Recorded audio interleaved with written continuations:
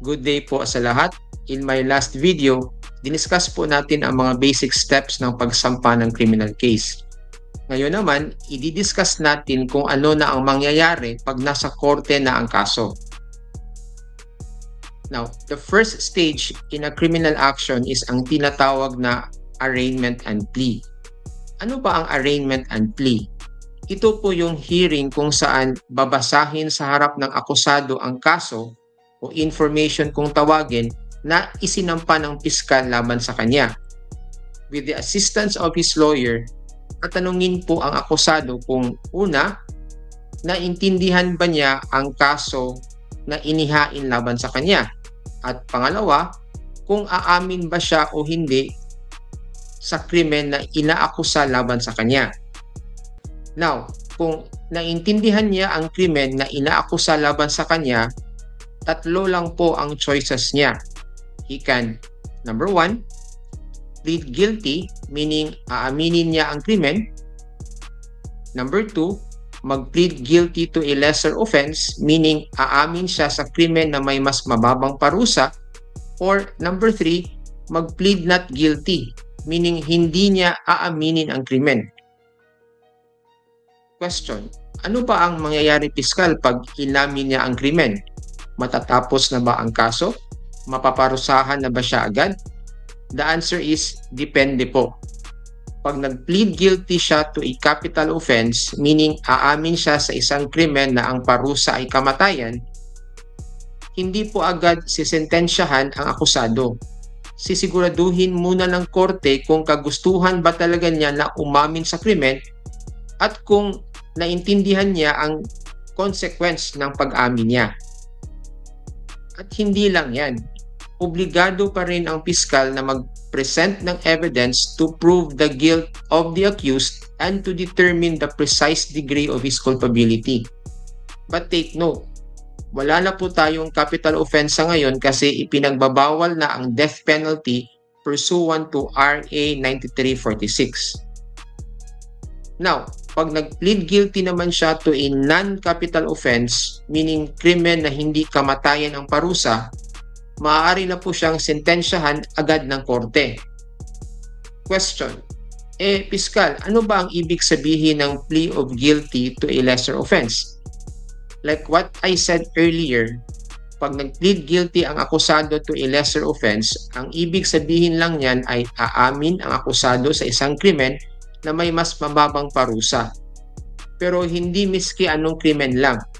Ang krimen po na aminin niya must be necessarily included in the offense charged. For example, si Pedro ay nahaharap sa kasong murder. Pwede ba siyang mag-plead guilty to physical injuries dahil obviously mas mababa ang parusa pag physical injuries?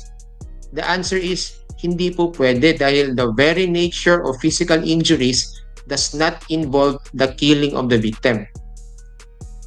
Pagpatay po ng tao ang murder whereas ang physical injuries naman ay nasugatan lang ang biktima.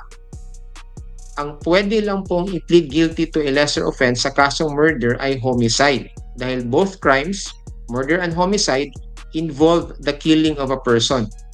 At mas mababa po ang parusa sa homicide which is reclusion temporal or at most 20 years imprisonment kumpara sa murder na reclusion perpetua which is at most 40 years imprisonment. Pero take note again, maaari lang pong mag-plead guilty to a lesser offense pag pumayag ang biktima at ang piskal. Pag gusto ng biktima at ayaw ng piskal or the other way around, gusto ng piskal pero ayaw ng biktima, wala pong plea of guilty to a lesser offense na mangyayari. In other words, kailangan silang dalawa ang pumayag. Paano piskal pag patay na ang biktima like in the case of murder? Hindi na pwedeng magbigay ng consent ang biktima, hindi po ba? May pagka-piloso po ang tanong . The answer to that is ang next of kin na po will give the consent for the deceased victim like yung asawa ng biktima, anak o magulang ng biktima at kapatid in that order. Another question, what if piskal hindi nag-appear ang biktima sa arraignment despite due notice? pwede bang mag-plead guilty to a lesser offense ang akusado kahit walang consent galing sa biktima? The answer is yes. In such a case, ang kailangan na lang po ay ang consent ng piskal. In victimless crimes naman, like for example, illegal possession of firearms, since walang pribadong biktima, ang pulis na dumakip sa akusado na ang magbibigay ng consent, kasama ang piskal. Now, moving on to another question. Ano pong mangyayari piskal pag nag-plead not guilty ang akusado? Ito na po yung third choice. Tuloy po ang kaso. When I say tuloy ang kaso, it means pupunta na tayo sa next stage ng criminal action, which is the pre-trial. Pero sa next video ko na i-discuss ang pre-trial para hindi na humaba pa ang video ito. So hanggang dito na lang muna tayo and see you in my next video. Maraming salamat po.